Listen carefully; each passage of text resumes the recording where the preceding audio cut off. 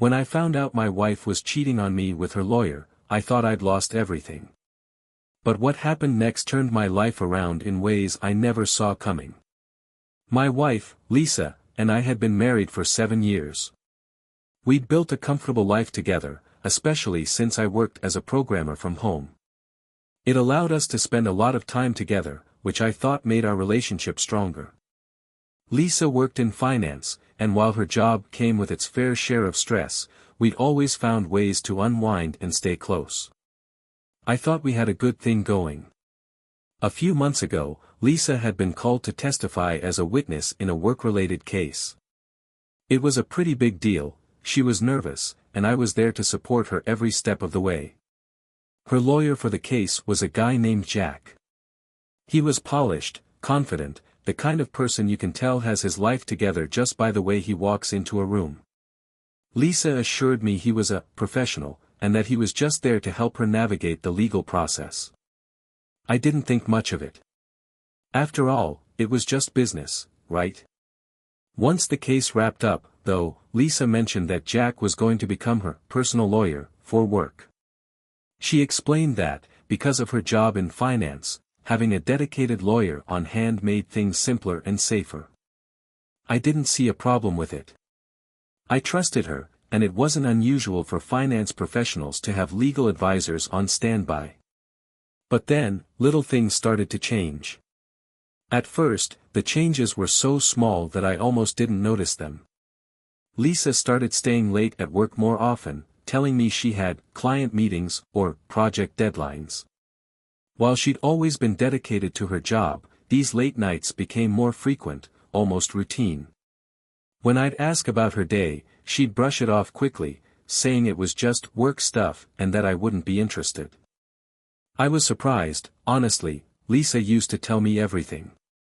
Then there were the phone calls. She was taking calls at odd hours, usually stepping outside or into another room when Jack called. She'd tell me it was just legal stuff and that it was complicated. I didn't want to pry, and I kept telling myself that she was just handling work business. But still, something felt off. One evening, I was working late on a project when I saw Lisa's phone buzzing on the counter. It was Jack's name on the screen, and a text preview popped up. "Tonight was amazing, can't wait for next time." I felt a chill go through me. My first thought was that maybe I was overthinking it, there could be a dozen explanations. But my gut was telling me that this wasn't just business. When she walked back into the room, I casually asked about her day, wondering if she'd mentioned seeing Jack. But she just shrugged and said it was the usual. No mention of any special meetings or after-hours events. She acted like nothing was out of the ordinary. I felt a knot forming in my stomach, but I didn't bring up the text. Not yet. I wasn't ready for where that conversation might lead. I decided to keep a closer eye on things, hoping I was wrong but feeling a nagging doubt that I couldn't shake. The woman I trusted, the woman I'd built my life with, was starting to feel like someone I didn't fully know.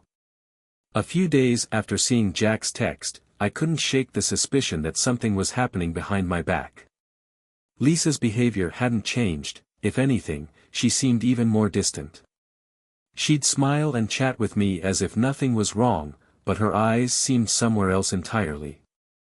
I wanted to believe I was just being paranoid, but that message from Jack lingered in my mind like a thorn. One afternoon, when Lisa left her phone charging on the kitchen counter and stepped into the shower, I felt a rush of anxiety and curiosity. I told myself that I'd just check for any more unusual texts from Jack, anything to set my mind at ease. But what I found was far worse than I could have imagined. The messages between Lisa and Jack went beyond friendly or professional. They were filled with flirtatious banter, little inside jokes, and hints of private meetings that didn't seem work-related at all. My heart sank as I scrolled further, finding a thread of messages that spelled it out clearly. Lisa had been seeing Jack after hours, not just for business but for something far more intimate. There was one message that stuck out, a text from Jack that read, "Last night was incredible.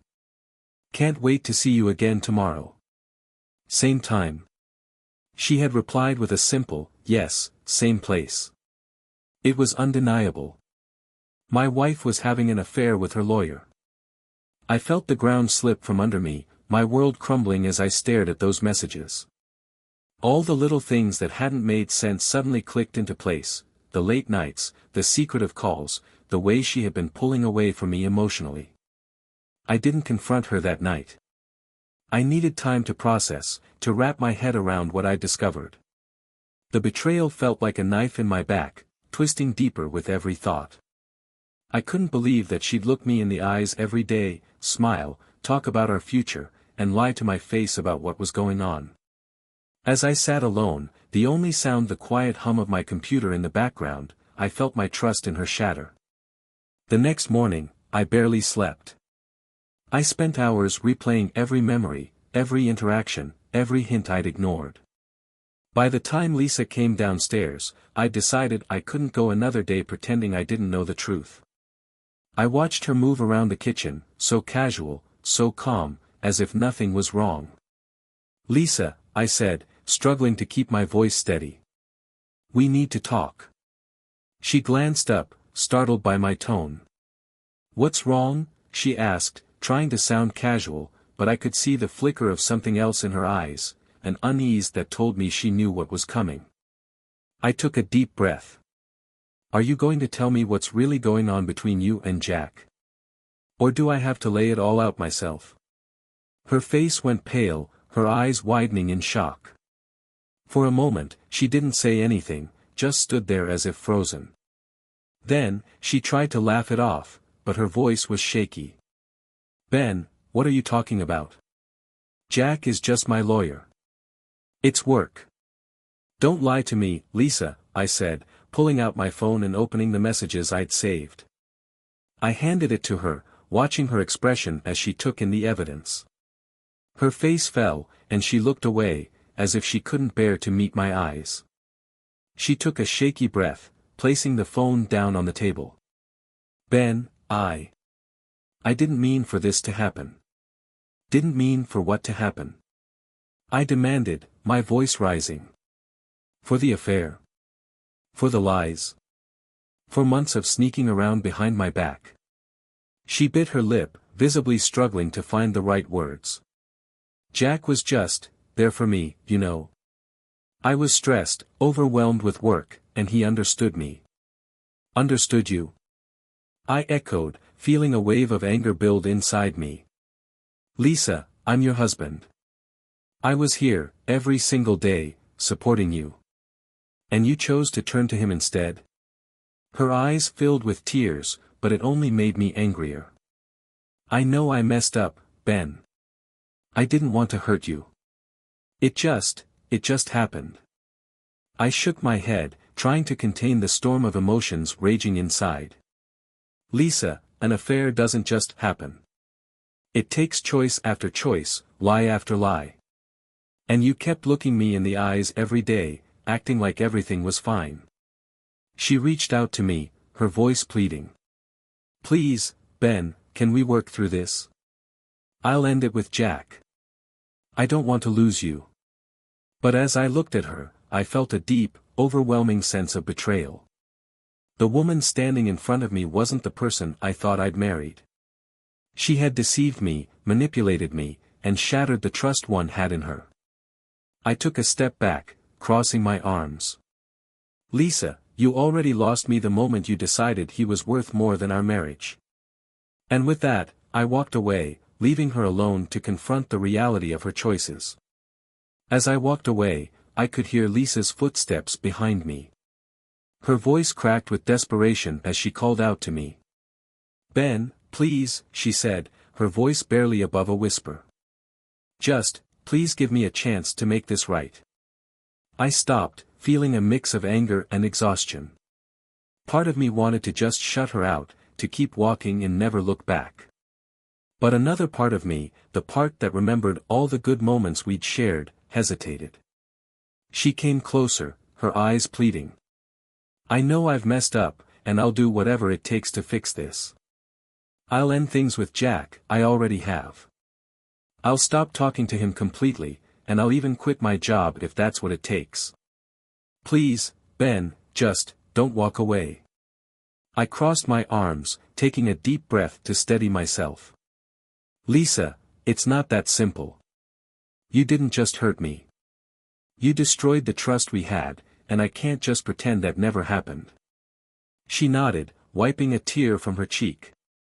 I know. And I know it's going to take time. But I'm willing to do whatever it takes to rebuild that trust, to show you that I'm committed to us. Please, Ben, just give me a chance to prove it. I stood there, silent, watching her struggle with the weight of her own choices. I didn't feel ready to forgive, but I also didn't feel ready to throw everything away just yet. After all, we'd spent years building this life together, and I owed it to myself to at least try. All right, I said finally, my voice low. We can try. But you have to understand, Lisa, this isn't going to be easy. I need time to process all of this. And if you're serious about making things right, then you're going to have to prove it, every single day. She nodded, relief washing over her face. I will, Ben. I promise. I'll do whatever it takes. I nodded, feeling a mixture of hope and doubt. Part of me wanted to believe her, to believe that we could come back from this. But another part of me knew that the road ahead would be difficult, and there was no guarantee we'd make it through. As I walked away, I felt the weight of the decision settle over me. I was giving her a chance to fix things, but the path to healing would be long, and only time would tell if we could truly rebuild what had been broken. Despite agreeing to give Lisa a chance to rebuild our marriage, the anger and betrayal didn't just disappear. I decided to work on things with her, but deep down, I couldn't shake the resentment I felt toward Jack. He had knowingly crossed a line, betrayed the trust of a client, and wrecked my life along the way. While Lisa focused on mending things between us, I found myself drawn to another thought, making sure Jack faced consequences for what he'd done. So, I quietly began to plan.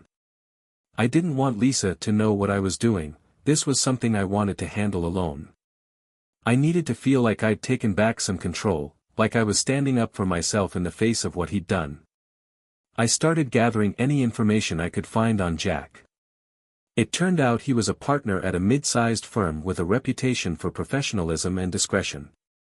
From what I could tell, his colleagues held him in high regard, which only made his betrayal feel worse. But that meant he had a reputation to uphold, and if I could expose his lack of ethics, it might be enough to push him out. Over the next few days, I dug deeper, searching for any weaknesses in his professional life.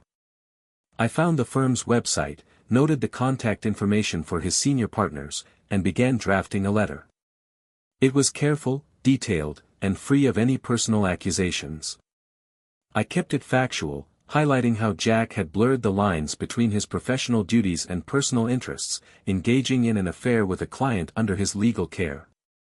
I included dates, specifics about their communications, and enough details to make it clear that he'd compromised his role as her lawyer. I made sure to emphasize that my goal wasn't to ruin his life but to bring attention to behavior that violated the trust and boundaries of his profession. Once the letter was complete, I sent it to the senior partners of his firm anonymously. I knew that if they valued their reputation, they'd be compelled to investigate.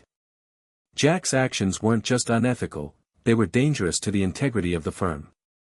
With the letter sent, I felt a rush of satisfaction, a sense of control I hadn't felt since discovering the affair. I didn't know if it would cost him his job, but I knew that, at the very least, he'd have to answer for his choices. And even if Lisa and I never recovered fully, I would know that I hadn't let him walk away unscathed. As I returned to my day, hiding the secret satisfaction within me, I reminded myself that this was just a step in reclaiming my sense of justice. I was ready to move forward, but on my own terms. A few weeks passed, and I focused on rebuilding things with Lisa, or at least trying to. She was putting in real effort, she'd switched departments at work to avoid any overlap with Jack, as promised. She'd also started coming home on time, sharing more about her day, trying to re-establish the trust she'd broken. On the surface, things were improving. But deep down, a part of me was still on edge, waiting for signs that Jack would face the consequences of his actions. One morning, as Lisa and I were sitting at the breakfast table, I noticed her scrolling through her phone, looking tense. She seemed distracted, her attention flickering between the screen and her coffee, barely engaging in our usual small talk. "What's up?" I asked, keeping my tone casual. She hesitated, then said, "Oh, it's just something about Jack. I heard from a colleague that he's under investigation at the firm." I felt a flicker of satisfaction but kept my expression neutral. "Really? Do you know why?" She shook her head, still staring at her phone. "Apparently, there were complaints about him crossing boundaries with clients. I don't know the details, but it sounds serious." I could see the concern in her eyes, and for a moment, I almost felt a pang of guilt. Almost. But then I remembered what he'd done, how he'd willingly betrayed the trust of not only his client but also her husband. He had chosen to act unethically, and he deserved to face the fallout. "Oh, well," I said, taking a sip of my coffee. "Guess things catch up with people eventually." Lisa didn't respond, just continued scrolling through her phone, a look of unease on her face. I knew she was probably feeling conflicted, given their history, but I wasn't about to comfort her. This was the bed they'd both made, and now it was time for him to lie in it. Over the next few days, the tension around Jack seemed to grow. Lisa was unusually quiet, and I could tell she was keeping tabs on the situation, though she never brought it up again. I'd occasionally hear her talking with colleagues on the phone, her voice low and guarded as she asked for updates on what was happening at Jack's firm. Then, one evening, she came home looking visibly shaken. "What happened?" I asked, pretending to be concerned. She sighed, setting down her bag. "Jack was let go today. The firm found enough evidence that he'd crossed ethical boundaries with multiple clients. They didn't want the bad publicity, so they asked him to leave quietly." I nodded, feigning surprise. "I'm sure they didn't want that kind of risk on their hands." She looked away, clearly conflicted. "Yeah, I guess. I guess that's just what happens when lines get blurred." In that moment, I felt a sense of closure. Jack had paid the price for his actions, and I didn't have to lift a finger beyond that letter. Watching him lose his job felt like justice served, a reminder that actions have consequences. As for Lisa, her remorse seemed more genuine, and she continued making an effort to mend things between us. And with each day, I felt myself slowly releasing the anger, ready to start fresh but knowing that, for once, the scales were balanced. A few days after hearing the news about Jack, I still felt torn. Watching him lose his job had given me a sense of justice, but the betrayal still lingered. Lisa was putting in genuine effort to fix things, but I wasn't sure if I could ever trust her again. The question kept eating at me, should I forgive her, or was it time to walk away? To clear my head, I met up with my friend Mike at a bar we'd been going to since college. If there was anyone who could give me some perspective, it was him. Mike had known Lisa almost as long as he'd known me, and he'd always been a voice of reason. After some small talk, he could sense something was up. "All right, man," he said, taking a sip of his beer. "You've been quiet. What's going on?" I hesitated, unsure of where to start, then finally told him everything, about Lisa's affair with Jack, the lies, and how I'd exposed Jack and gotten him fired. Mike listened, his expression shifting between shock and anger as I laid out the whole story. When I finished, he shook his head slowly. "Wow, Ben. That's intense. I had no idea you were going through all of that." "Yeah," I replied, staring down at my drink. "It's been a rough few months. I don't know what to do now. She's trying to make things right, but I keep thinking about the lies, the betrayal. I'm not sure if I can ever trust her again." Mike took a deep breath, leaning back. "I get that. Forgiveness after something like this, that's not easy. But it sounds like she's doing everything she can to earn it." I nodded, feeling the weight of his words. She is. She even offered to quit her job, cut off all ties with Jack, and focus on us. And part of me wants to believe she's sincere. But I keep thinking, what if it happens again? How do I know I can ever fully trust her? Mike thought for a moment, choosing his words carefully. Look, Ben, only you can make this decision. But ask yourself this: if you leave, will you regret not giving her a second chance? And if you stay, will you always hold this over her head? Because if you're going to forgive her, it has to be all the way. Otherwise, it'll just eat away at you both. I nodded slowly, absorbing his advice. He was right. If I stayed, I couldn't keep punishing her. But if I left, I'd have to be sure I wouldn't regret walking away from everything we'd built. Whatever you decide, Mike added, just make sure it's the choice you can live with. This is about what's best for you, man. As I sat there, I felt a bit of the weight lift. Talking it out helped clarify things, and I realized I needed to make a choice soon. I couldn't keep living in limbo, torn between resentment and the hope of starting over. Mike clinked his glass against mine. No matter what you decide, you'll get through it. You've got people who've got your back. I raised my glass, grateful for his support. I knew that, one way or another, it was time to take control of my life and decide whether forgiveness, or freedom, was the path forward. I was still going back and forth in my mind about what to do with my marriage to Lisa. Some days, I felt like we were making real progress. Other days, the memory of her betrayal would resurface, leaving me feeling like nothing could truly fix what had been broken. So, I took Mike's advice to heart. I went with the flow, staying open to the possibility of healing but not forcing myself to rush any decision. Then, one afternoon, something unexpected happened. I was working from home when I heard a knock at the door. It was our neighbor, Sarah. She'd always been friendly, often stopping by to say hello when we crossed paths. Today, she looked a little flustered, and I could tell she had something on her mind. "Hey, Ben," she said, smiling apologetically. "I hate to bother you, but I was wondering if you could help me move a piece of furniture. I can't seem to get it by myself, and it's too heavy to drag across the room." I didn't see a reason to say no. "Of course, Sarah. I'd be happy to help." We walked over to her place, and I helped her shift an old, heavy dresser across her living room. She thanked me profusely, and we chatted for a few minutes before I headed back to my place. It felt good to get out of the house and help someone out for a change, giving me a brief distraction from everything weighing on my mind. When I got back home, though, I was surprised to find Lisa already there.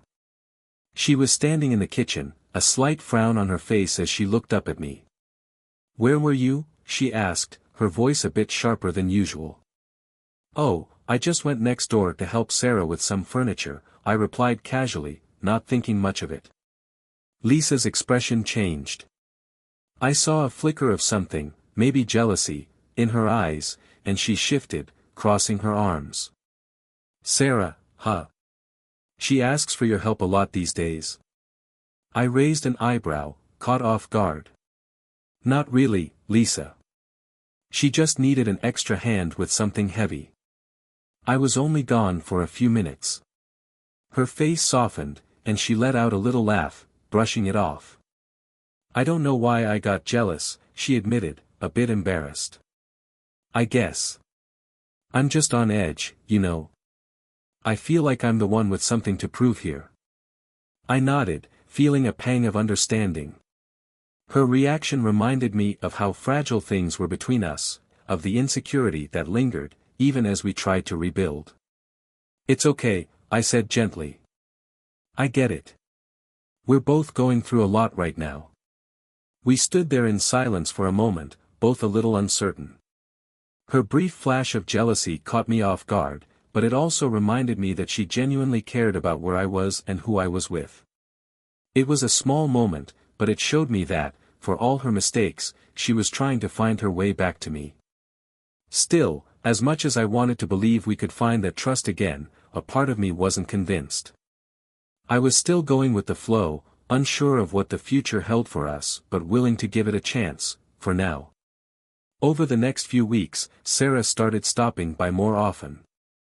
Sometimes she'd ask for help moving something, and other times she'd bring over a pie or some cookies she'd baked.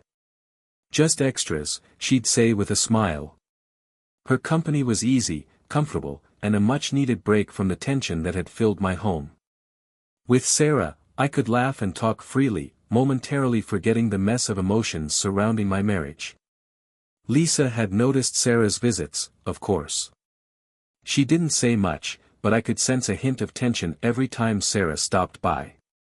Lisa was trying hard to make things work between us, but I could tell she felt uneasy about my newfound friendship with our neighbor.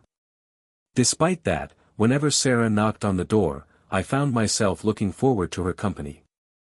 One afternoon, Sarah came over with a freshly baked apple pie. "Just made this," she said, handing it to me with a warm smile. "Thought you might like it." "Thanks, Sarah," I replied, touched by the gesture. We chatted at the door, and there was something in her gaze, something kind and understanding.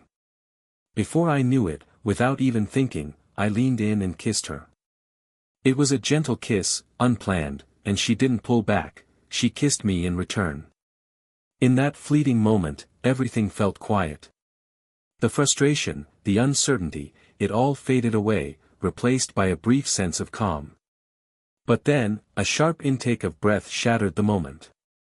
I looked over to see Lisa standing at the entrance, her eyes wide with shock and betrayal. "Ben," her voice was barely above a whisper, raw with hurt.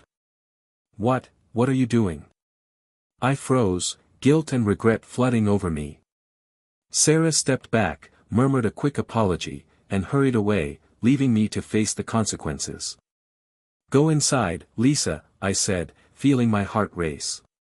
"We need to talk." She looked at me, her expression a mixture of pain and fury, but she nodded and walked into the house. I followed her in, closing the door behind me, my mind racing with what I could possibly say to make sense of what had just happened. I followed Lisa into the house, closing the door behind me, my mind set. She stood in the living room, arms crossed tightly, waiting. Her face was a mixture of anger, hurt, and confusion, but I knew this conversation had to happen.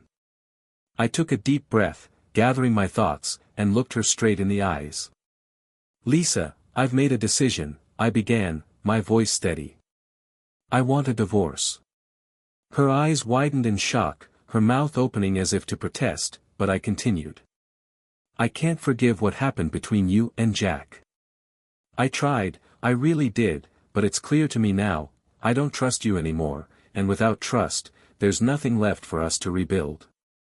She shook her head, disbelief flashing across her face. "But, Ben, I've been trying so hard. I've changed departments at work, I cut off all contact with Jack. I've done everything I could to fix this." I felt a pang of regret but held my ground. "You should have thought of that sooner, Lisa. If you hadn't made those choices, if you hadn't betrayed me, we wouldn't be here right now. I wouldn't be feeling this way." She looked at me, tears beginning to fill her eyes. "So, this is because of her. Our neighbor. After everything we've been through, you're throwing this away because of one moment?" I took a deep breath, feeling the weight of my words. "It's not just about Sarah. It's about how I feel." I realized, being around her, that I don't feel that hurt and betrayal. I don't feel like I'm constantly questioning everything. And maybe it made me realize that I deserve to feel peace. She opened her mouth to argue, but I gently raised my hand to stop her. "Lisa, we've both made mistakes. But I can't keep pretending that I can move past this. I've thought long and hard, and I know now that I need a fresh start." She looked down, her shoulders slumping, the reality of the situation sinking in. "So, that's it?" I nodded. "Yes. I think it's best for both of us if we move on." For a long moment, she just stood there, silent, the tears now streaming down her face. I could see the regret, the sorrow, but I knew this was the only way forward. It wasn't easy, but deep down, I felt a sense of relief, a sense that I was finally choosing what was right for me. With one last look, I turned and walked out of the room, knowing this chapter of our lives was coming to an end. I was in the kitchen, collecting my thoughts, when I heard Lisa moving around upstairs. The faint sound of drawers opening and closing told me she was packing. It was surreal, watching the end of my marriage unfold right in front of me. I felt a strange mix of sadness and relief. This was the end I'd chosen, and yet it still felt surreal. A few minutes later, Lisa appeared at the foot of the stairs, a suitcase by her side. Her face was pale, her eyes red from crying, but she held herself together. She looked at me, as if struggling with something, then took a deep breath. "Ben," she said quietly, almost hesitant, "before I go, there's something I need to tell you." I felt a knot tighten in my stomach. "What is it, Lisa?" She glanced down, her voice barely a whisper. I'm pregnant." The world tilted beneath me, and I gripped the counter to steady myself. My mind raced, trying to process what she'd just said. Pregnant. In the middle of all this chaos, of everything that had happened, she was pregnant. "Are you serious?" I asked, my voice shaky. "And, who's the father?" She looked away, her face filled with shame. I'm not sure, Ben. It could be you, or, it could be Jack." The anger flared up inside me, hotter and sharper than I'd ever felt. "And how long were you planning on keeping this a secret from me?" I demanded, my voice rising. "Were you just going to hide it until you figured out who the father was?" She flinched, her expression a mix of guilt and sadness. "I didn't know how to tell you. I didn't even know how to face this myself. But we'll need to get a DNA test before the divorce, to know for sure." I shook my head, feeling a bitterness I could hardly contain. "You're telling me this now, after everything we've been through, after everything you put me through. You let me think we could try to fix things, while all this time you were hiding something this huge." She looked down, defeated. "I know. I'm sorry. I didn't know what to do. I couldn't even look at her. The betrayal, the lies, and now this, it was all too much." "Well, I guess it's out now, isn't it?" I said, my voice colder than I'd intended. "Get the documents ready, Lisa. I want to settle this as soon as possible. No more hiding. No more lies." Without another word, she grabbed her suitcase and walked out, leaving me standing there, reeling from the revelation. As the door closed behind her, I felt the finality of it all settle in. The marriage I thought I had, the life I thought we were building, it was gone, crumbled beneath the weight of secrets and deceit. And now, as I stood alone, I realized that there was no turning back. The path forward would be messy, complicated, and full of unknowns. But it was my path, and I was finally ready to walk it alone. The weeks following Lisa's departure were surreal. The reality of her pregnancy weighed heavily on me, and I knew I needed answers. I arranged for a DNA test, wanting to put an end to the uncertainty and finally move forward. Waiting for the results felt endless, but it gave me time to reflect and accept that no matter the outcome, my life with Lisa was over. I had already made the decision to let go, and this was just the final piece. When the results finally arrived, I sat alone in the quiet of my living room, the envelope in my hands. I took a deep breath and opened it, my heart pounding. The test was conclusive, I wasn't the father. I felt a strange sense of relief mixed with sadness, as if this final piece of information sealed off the last remnants of our marriage. The trial for our divorce was straightforward. Both Lisa and I were tired, worn out from months of tension, heartbreak, and betrayal. There was no argument, no fight for assets. We both just wanted it to end. The judge approved the divorce without complications, and in that moment, a weight lifted from my shoulders. I walked out of the courthouse feeling freer than I had in months. In the days that followed, I started to rebuild, bit by bit. My neighbor, Sarah, had been a steady presence through all of it. She'd shown me kindness and friendship, and eventually, that bond evolved into something more. Our connection felt different from anything I'd experienced in a long time. With her, there was no deception, no hidden agenda, just honesty, laughter, and genuine care. As our relationship blossomed, I realized how much I'd missed having a true partner, someone who stood by me with sincerity. Sarah brought joy back into my life, helping me rediscover parts of myself that had been lost during the turmoil with Lisa. She made everything feel simple, refreshing, and new. Our days were filled with easy conversations, spontaneous adventures, and the kind of happiness that doesn't need words to explain. Looking back, I knew the journey had been painful, but it had led me to a place of peace and renewal. Lisa and I had both moved on, each facing our own consequences. And for the first time, I was with someone who made me feel valued and appreciated. Sarah and I were building something real, and every day, I felt grateful for the new chapter that lay ahead. I had finally let go of the past, and with Sarah by my side, I was ready to embrace whatever the future held. Life had finally settled into a rhythm that felt right. With Sarah, every day was peaceful and filled with genuine happiness. We'd built a relationship based on trust and openness, something I'd realized was essential after everything that had happened with Lisa. I was content, ready to leave the past behind and focus on the life I was building. Then, one afternoon, I ran into an old friend who still kept up with Lisa. The conversation started casually, but soon turned to what had become of her life since our divorce.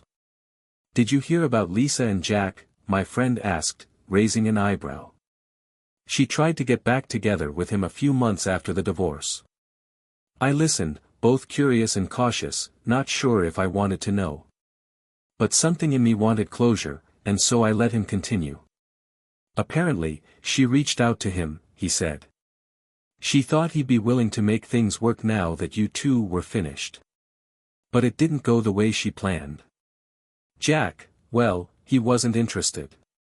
It turned out that Jack had taken a hard look at his life after losing his job and reputation, realizing that Lisa had been at the center of all his troubles. As much as he had been part of the affair, he'd come to see just how much he'd lost by getting involved with her. She'd cost him his career, his standing at the firm, and his credibility. Now, with a child on the way, she'd hoped he would step up and be with her, but Jack wasn't having it. He made it clear that he wanted nothing to do with her or the baby. I felt a strange mix of emotions hearing this. Part of me felt vindicated, a sense that life had dealt its own kind of justice.